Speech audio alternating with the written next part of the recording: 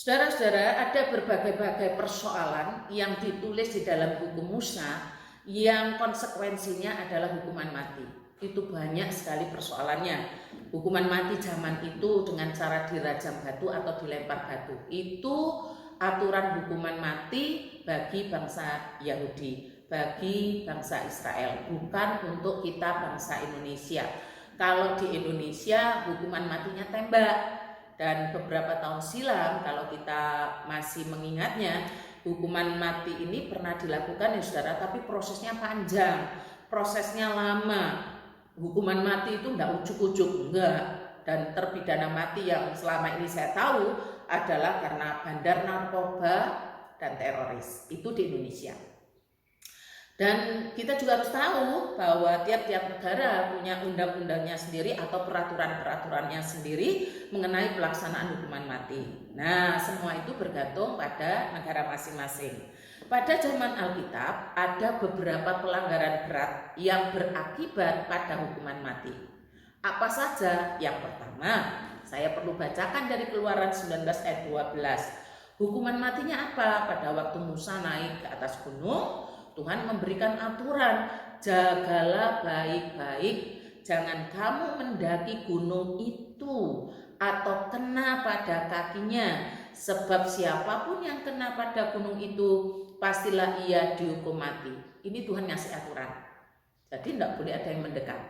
Aturan yang pertama yang kita tahu.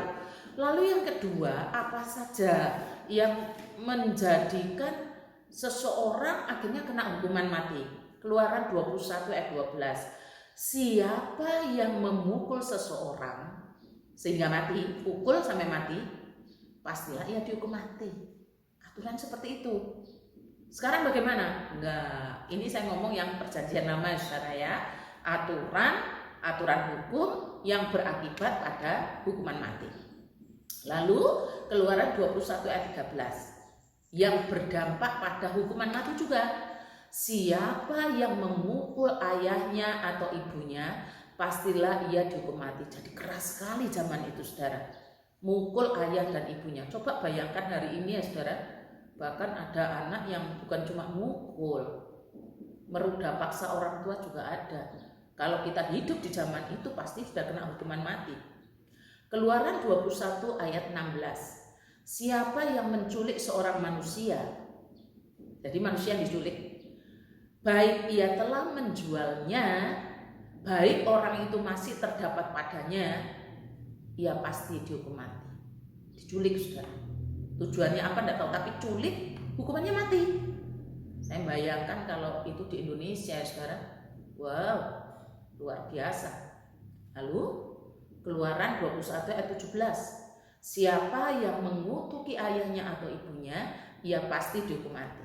Ngutuk ini dengan kata-kata sumpah serapah ya. Keluaran 22 ayat 19. Siapapun yang tidur dengan seekor binatang, pastilah ia dihukum mati. Aturannya jelas zaman itu saudara, zaman perjanjian lama. Apakah hanya itu saja? Tidur dengan binatang, mengutuki ayah ibunya, menculik manusia, mukul ayahnya atau mukul seseorang sampai mati, akhirnya dia harus dihukum mati? Oh, bukan cuma itu saja. Saya menjadi terkejut walaupun pernah membacanya. Ketika Keluaran 31 ayat 15 mencatat begini, 6 hari lapanya boleh dilakukan pekerjaan, tetapi pada hari yang ketujuh haruslah ada Sabat, hari perhentian penuh, hari kudus bagi Tuhan. Setiap orang yang melakukan pekerjaan pada hari Sabat, pastilah ia dihukum mati. Loh saudara, zaman itu aturannya jelas. Siapa yang melakukan pekerjaan pada hari Sabat karena hari Sabat dikuduskan, ia dihukum mati. Dan kalau kita baca kisahnya pernah itu terjadi saudara. Kalau sekarang, ayo gimana? Karena tidak ada hukuman lalu kita menganggap bisa semuanya. Hati-hati loh saudara. Lalu Imamat 20 ayat 10. Bila seorang laki-laki berzina dengan istri orang lain, yakni berzina dengan istri sesamanya manusia, pastilah keduanya dihukum mati, baik laki-laki maupun perempuan yang berzina itu. Oh, ternyata perzinahan juga hukumannya mati. Ulangan 13 ayat 5, nabi atau pemimpi saudara, tukang mimpi haruslah dihukum mati karena ia telah mengajak murtad terhadap Tuhan. Nabi atau pemimpi itu haruslah dihukum mati karena ia telah mengajak murtad terhadap Tuhan Allahnya yang telah membawa kamu keluar dari tanah Mesir dan yang menebus engkau dari rumah perbudakan, dengan maksud untuk menyesatkan engkau dari jalan yang diperintahkan Tuhan Allahmu kepadamu untuk dijalani. Demikianlah harus kau hapus yang jahat itu dari tengah-tengahmu. Dihukum mati juga. Yang ajak murtad, hati-hati di sini. Dihukum mati.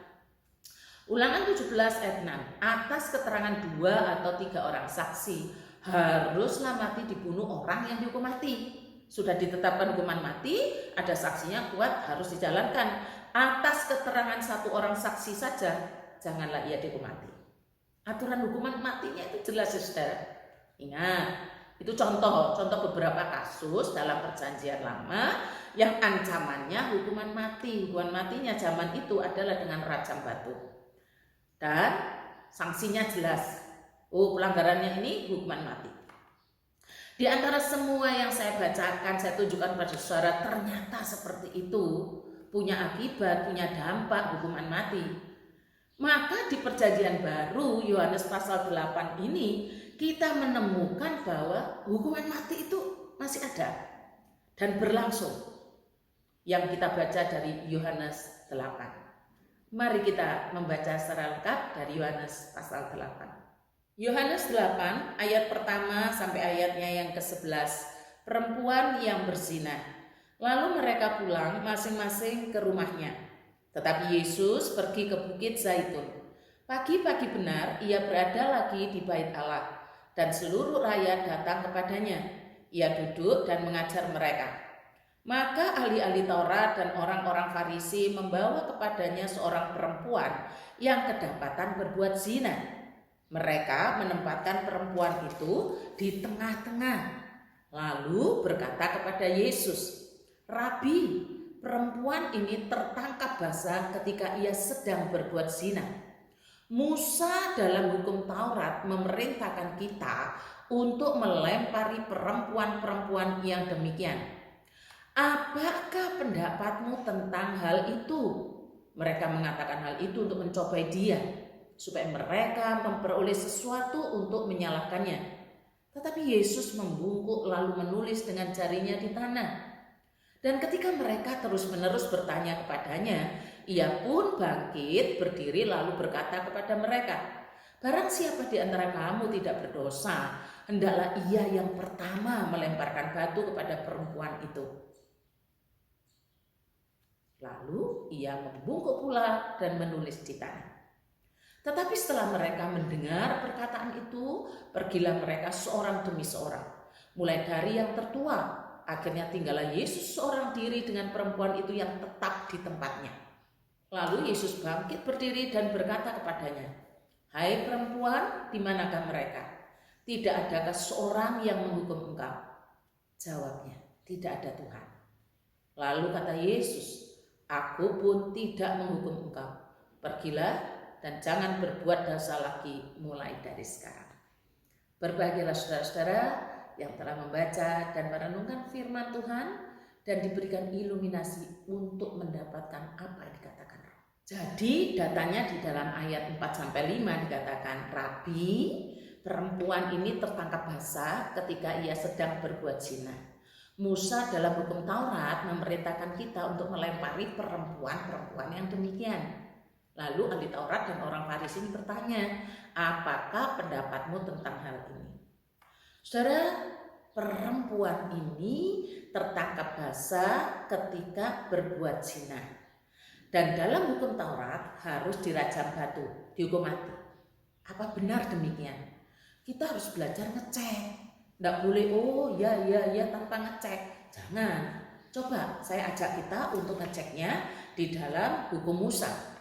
Dan hukum yang mengatur hukuman mati itu ada di samping ayat 5. Itu rujukannya. Kalau saudara pegang Alkitab yang elektronik, di situ ada tanda. maka ditemukan ayat 5. Yang begini bunyinya di dalam kitab Imamat. Imamat 20 ayat 10. Ditulis begini. Bila seorang laki-laki berzina dengan istri orang lain, yakni berzina dengan istri sesamanya manusia, pastilah keduanya dihukum mati, baik laki-laki maupun perempuan yang berzina itu. Jadi ini dasar hukumnya.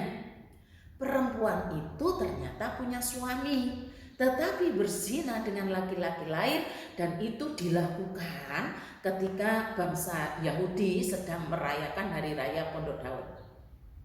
Sanksinya jelas, yaitu dihukum mati. Tapi coba kita selidiki, bukan sepintas, selidiki lebih seksama.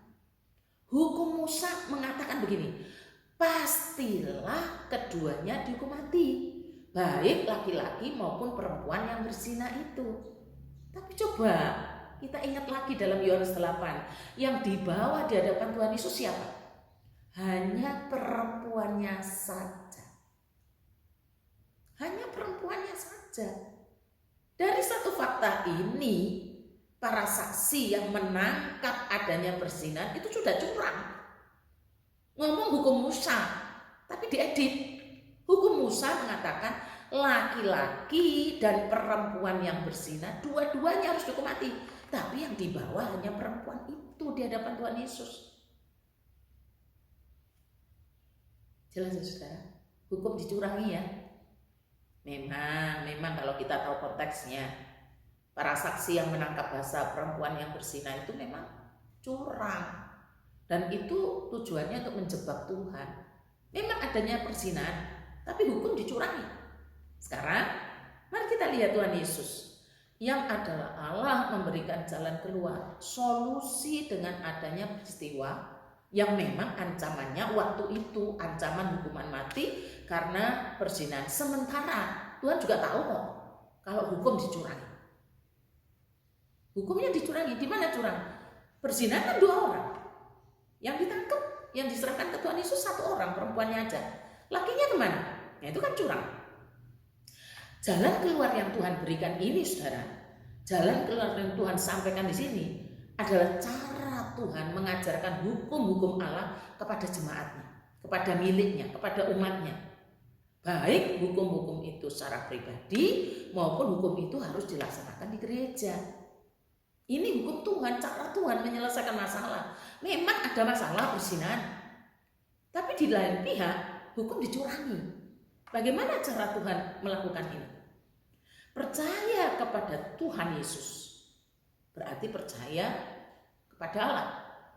Artinya, saudara yang mengaku percaya, saudara akan menaati, saudara akan memakai bagaimana cara Allah, cara hukum Allah di dalam mengatur persoalan-persoalan manusia. Persoalan yang paling berat sekalipun, dengan ancaman hukuman mati sekalipun. Nah itu caranya. Kalau ngomong percaya Tuhan Yesus, maka mengikuti caranya Tuhan, bukan caranya diri sendiri. Karena ini cara yang Tuhan berikan supaya miliknya, umatnya, jemaatnya mengikuti caranya Tuhan Yesus. Kan kepala gereja itu adalah Tuhan Yesus. Caranya bagaimana? Yang pertama saudara, Tuhan taat hukum yang berlaku zaman itu. Tuhan Yesus taat pada hukum Musa. Bukan tidak taat tuh, taat kepada hukum Musa. Karena Tuhan Yesus adalah orang Yahudi. Artinya apa? Tuhan menunjukkan kita memang percaya Yesus, tapi tetap taat hukum negara kita. Kita hidup di Indonesia, maka kita taat hukumnya Indonesia. Walaupun banyak orang yang curang terhadap hukum. Tapi Tuhan kasih contoh, percaya Tuhan Yesus berarti ikuti hukum negara yang berlaku. Hidup di Indonesia, taat pada hukumnya Indonesia. Tuhan Yesus yang adalah Allah saja menaati hukum negaranya, hukum bangsa Yahudi. Sekalipun Tuhan Yesus punya hukum yang sempurna, yaitu hukum kasih. Tuhan tidak mengabaikan, Tuhan tidak melanggar. Prinsip ini, ajaran ini harus menjadi ajaran kita. Di mana kita tinggal, ikuti aturan, ikuti hukum. Nah itu namanya percaya. Saudara yang dikasih oleh Tuhan, cobalah kembali cek iman kita. dalam perspektif taat akan hukum ini. Iman itu menyentuh sampai seluruhan hidup, bukan cuma hanya sebagian atau bagian-bagian tertentu. Iman itu menyeluruh. Iman itu utuh. Kita baru teriak-teriak, teriak keadilan, teriak kebenaran hukum kalau kita berada pada pihak yang salah. Kita baru taat, naati hukum kalau menguntungkan. Ada untungnya buat kita pribadi. Iman kepada Tuhan Yesus itu harus sampai pada hukum, taat hukum di negara ini. Yang mungkin kita tidak merasakan manfaatnya langsung, tapi iman itu di situ. Tuhan ajarkan di situ. Taat akan kewajiban hukum. Gereja juga demikian, saudara. Gereja harus menjadi pendorong utama untuk menaati hukum negara ini. Para pemimpin, majelis, penatua, hamba Tuhan, guru-guru yang mengajar. Jika dalam hidupnya yang sehari-hari saja imannya sampai pada menaati hukum negara sebagai warga negara, maka gereja pasti akan lurus-lurus dalam menaati hukum yang berlaku. Tidak ada rekayasa dan lain sebagainya. Gereja harus menjadi pendorong. Gereja itu kan tiang kebenaran. Jangan malah dari gereja timbul pikiran yang aneh-aneh untuk merekayasa aturan. Tuhan Yesus yang adalah Allah, taat hukum negara. Lah kita yang mengaku percaya kok malah tidak taat. Saudara, coba bayangkan jika pemimpin gereja, hamba Tuhan, guru-guru, para tua-tua gereja dalam hidupnya, dalam pekerjaannya banyak yang memanipulasi hukum, tapi ngomong punya iman, maka saya yakin dalam mengambil keputusan, kebijakan di dalam gereja pasti manipulatif juga. Enggak apa-apa, yang penting kan gini, padahal keluar dari ketaatan akan hukum. Karena itu saudara, mari kita doakan agar kita semua sampai pada pemimpin gereja punya iman yang skupnya luas, utuh, seperti yang dilakukan Tuhan Yesus. Taat pada hukum negara yang berlaku. Percaya kepada Tuhan Yesus berarti percaya kepada Allah sejati, berarti mengikuti jalan yang Tuhan tunjukkan melalui hidupnya, yaitu taat kepada hukum. Sekarang kita lebih maju lagi, saudara. Masih di dalam Yohanes pasal 8. Tuhan Yesus kan taat hukum bangsanya, yaitu hukum Musa. Itu tidak bisa diragukan lagi. Tapi ketaatan itu bukan ketaatan yang membabi buta, taat. Wis tidak usah pakai pikiran, tidak begitu, saudara. Ketaatan yang Tuhan tunjukkan itu, yang Tuhan ajarkan itu, ketaatan yang dilandasi pada memberikan kesempatan orang berdosa untuk bertobat. Taat, hukumnya dilakukan, tapi landasan belas kasihan dan kemurahannya itu besar. Supaya apa? Orang berdosa bertobat. Nah, ketaatan seperti ini yang punya ruang yang luas ini, agar orang yang bersalah, agar orang berdosa itu bertobat, itu hukum kasih. Ketaatan kepada hukum tidak serta-merta menutup belas kasihan. Tidak begitu, saudara. Sebab ini berbicara tentang orang yang berdosa. Orang berdosa itu memang semangat, saudara, kalau menghukum orang lain, bahkan menghukum mati sekaligus. Itu semangat sekali orang berdosa itu. Memang orang berdosa kecenderungannya menutup pintu anugerah, menutup pintu pengampunan. Itu sudah wataknya orang berdosa. Sebaliknya, kalau orang berdosa itu diberi kesempatan untuk bertobat, tetapi tidak hidup dalam pertobatan, nah itu dia yang menutup sendiri pintunya. Dia yang tidak mau mempergunakan dengan baik. Dia yang menyia-nyiakan belas kasihan Allah. Kalau seperti itu, ya itu urusan dia dengan Tuhan Allahnya. Sebab dia sendiri sudah menyia-nyiakan belas kasihan dan orang itu tidak percaya pada Kristus. Kita secara pribadi, apalagi gereja, saudara, harus menempuh cara seperti yang Tuhan tunjukkan. Kita harus menempuh cara seperti yang Tuhan ajarkan. Taat hukum, ya. Tapi landasan imannya adalah belas kasihan dan memberikan ruang bagi orang berdosa untuk bertobat. Itu cara yang Tuhan tunjukkan,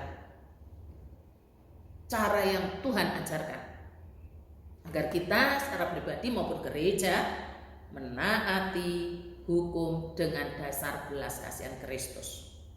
Lalu kembali kepada Yohanes 8 ayat 7. Dan ketika mereka terus-menerus bertanya kepadanya, ia bangkit berdiri lalu berkata kepada mereka, barang siapa di antara kamu tidak berdosa, hendaklah ia yang pertama melemparkan batu kepada perempuan ini. Itu yang Tuhan katakan, bukan ide yang muncul saat itu dadaan. Bukan, ada dasarnya Tuhan mengatakan ini. Dasarnya apa? Hukum Musa. Jadi ngomong itu jelas dasarnya. Saya bacakan hukum Musa yang mengatur, Ulangan 17 ayat 6. Atas keterangan 2 atau 3 orang saksi, haruslah mati dibunuh orang yang dihukum mati. Atas keterangan 1 orang saksi saja, janganlah ia dihukum mati. Jadi dalam hukum Musa aturannya jelas. Yang pertama-tama harus melemparkan batu, menjalankan hukuman mati para saksi. Lah di sini para saksinya curang, hukumnya diedit. Harusnya kan laki-laki dan perempuan itu yang ditangkap dan dihukum mati. Tapi kan cuma perempuan saja yang dihadapkan di hadapan Tuhan Yesus. Mereka curang. Tuhan memakai hukum Musa juga untuk menjawab pertanyaan mereka, untuk menjawab jebakan mereka. Memang curangnya ini, curang yang mereka lakukan itu tidak diucapkan, saudara. Semua tahu sama tahu kok. Dan orang Yahudi ngerti persis, harusnya yang ditangkapkan laki-laki dan perempuan yang berzina. Tapi cuman perempuan saja waktu itu yang ditangkap. Masyarakat umum itu sudah tahu, cuman diam, silent. Tidak ada yang berani berbicara ketika hukum dicurangi dan pelaku para saksi itu sendiri curang. Tidak ada yang ngomong. Tapi memang Yohanes mencatat bahwa tujuannya memang untuk mencobai dan mencari-cari kesalahan Tuhan dengan fakta penangkapan perempuan berzina itu. Dan Yohanes 8 ayat 6 dikatakan begini, mereka mengatakan hal itu untuk mencobai dia supaya mereka memperoleh sesuatu untuk menyalahkannya. Tapi Yesus membungkuk lalu menulis dengan jari-jarinya di tanah. Saya mikir begini ya saudara, iya ya, benar juga. Hanya orang yang tidak berdosa saja menurut hukum kasihnya Tuhan, orang yang tidak berdosa saja yang boleh menghukum mati orang berdosa. Di dunia ini mana sih ada orang yang tidak berdosa? Orang baik ada, tetap berdosa. Semua orang berdosa. Harusnya tidak boleh, ini pribadi apalagi curangnya ya saudara. Dan gereja tidak diberi kuasa untuk menghukum mati. Gereja diberi kuasa untuk mendisiplinkan. Tujuannya apa? Orang berdosa supaya bertobat. Sekarang persoalan dengan para saksi sudah beres ya, curang. Makanya mereka tidak berani. Mereka pergi satu persatu dari yang paling tua. Tuhan benar-benar menegakkan hukum, tapi bukan untuk melampiaskan dendam. Hukum ditegakkan, tujuannya supaya orang berdosa bertobat. Nah ini ketaatan pada hukum harus didasari pada belas kasihan Kristus. Sekarang kita beralih pada terdakwa yaitu perempuan tadi. Kata Tuhan begini di ayat 10-11. Lalu Yesus bangkit berdiri dan berkata kepadanya, hai perempuan, di manakah mereka? Tidak adakah seorang yang menghukum engkau? Jawabnya, tidak ada Tuhan. Lalu kata Yesus, aku pun tidak menghukum engkau. Pergilah dan jangan berbuat dosa lagi mulai dari sekarang. Mari kita baca sama-sama saudara. Kata Tuhan, pergilah dan jangan berbuat dosa lagi mulai dari sekarang. Itu yang Tuhan mau. Itu yang Tuhan kehendaki. Taat pada hukum tapi landasannya belas kasihan. Supaya orang berdosa bertobat dan tidak berbuat dosa lagi. Kita tidak pernah tahu loh saudara, apa yang terjadi dengan perempuan itu di kemudian hari. Mengingat nyaris waktu itu dia hampir saja mati di rajam batu. Rupanya orang yang seperti ini tidak akan menyia-nyiakan kesempatan untuk bertobat. Kenapa? Harusnya mati kok. Tuhan kasih hidup. Tetapi saudara, pasangan zinanya laki-laki yang dilindungi para saksi yang curang tadi, sehingga tidak diadili di depan orang banyak. Secara nama mungkin dia aman, ia tidak bisa menghindari pengadilan Allah yang keras atas tubuh dan jiwanya. Dosa harus tetap dihukum. Laki-laki yang dilindungi para saksi yang curang tadi tidak mendapat belas kasihan Kristus, maka ia akan menanggung sendiri murka Allah atas dirinya. Bagaimana dengan saudara? Bagaimana dengan gereja? Jika kasus hukuman mati saja, di dalam hukum Kristus ada ruang yang luas untuk belas kasihan. Pertanyaannya, mengapa saudara dalam persoalan dengan sesama, padahal tidak dalam kerangka sanksi hukuman mati, ruang belas kasihan itu seolah-olah sempit sekali dan nyaris habis? Padahal gereja itu belas kasihan, bukan berarti kerjasama dengan para orang-orang berdosa, enggak. Dikasih ruang supaya bertobat. Kali orang itu yang tidak mau mempergunakannya, beda cerita ya saudara. Banyak orang berdosa yang menyia-nyiakan anugerah Allah, ya dia akan berhadapan dengan Allah sendiri. Saudara, saya ingin kita membawa firman ini pada diri kita, supaya kehidupan kita benar-benar kehidupan yang ngikut Tuhan Yesus, ngikut apa firman. Saya ambil contoh. Ketika dua orang akan menikah, kalau ditanya apa cinta, saya meyakini bahkan ada yang sangat-sangat luar biasa menyatakan cintanya. Tapi setelah menikah, punya anak, bagaimana hubungan saat ini? Ada yang begitu benci sekali. Salah satunya mengatakan dia tidak mungkin bertobat. Nah ini kan menutup ruang belas kasihan. Bisa jadi orang yang seperti ini baik, reputasinya baik, taat hukum, tapi ruang belas kasihannya tidak ada. Itu berarti tidak percaya Tuhan Yesus, saudara. Orang yang percaya Tuhan Yesus, ruang belas kasihan itu lebar. Lewat Yohanes 8 ini, saya mengajak kita, ayo dilihat kehidupan kita. Ruang belas kasihan kita itu sejauh mana? Bisa jadi kita lakukan banyak hal, tapi satu hal, percaya Yesus berarti menerima belas kasihan, dan kita melakukan belas kasihan juga. Apalagi gereja ya saudara. Saya bersyukur selama ini justru pembinaan, bimbingan yang saya lakukan, bukan hukuman.